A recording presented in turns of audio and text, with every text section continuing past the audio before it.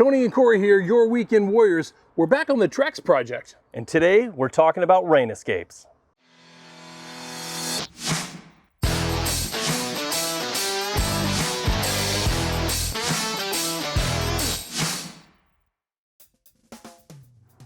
Today we're going to talk about rain escapes specifically.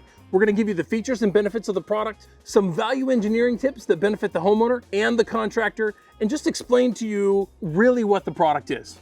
Yeah, first Tony, let's talk about what rain escapes is. It is a under deck drainage system that uses a really thick plastic trough that you install under the decking but over the joists. So it actually does two things. It takes the water that drips through the deck and runs it out to a gutter system to make it completely dry underneath. It comes in two colors, brown and black. So whatever works well for your application, you can choose. It also comes with 4-inch tape to go over the seams, and then a caulking made by TREX that's specifically designed for waterproofing their system. Now, one of the other things that you can use is a product called TREX Protect. This will go over any areas of the joist that you aren't putting rain escapes on, and it protects the joist from water seeping in through the top. Other than that, the only other thing you would need to think about is a gutter. The downspouts hang down, and you have to put a gutter underneath them to capture all that water and run it to a downspout and out to your drainage system in the yard. And the gutter and those lower downspouts not included in this product line. Correct. You have to think about that ahead of time and have somebody that installs gutters, or you can install your own gutter, but it has to be done. Perfect. All right, Corey, what are some things to consider to maximize the value that you get from the rain escapes product?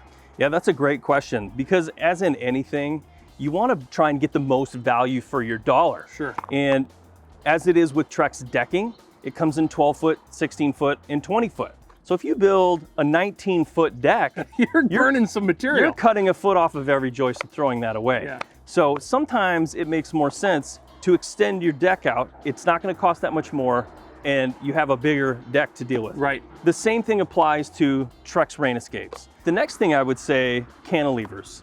A lot of decks have what's called a cantilever, which is when the joists cross over a beam and cantilever past it. The homeowner opted not to take the rain escapes out to the edge of the deck.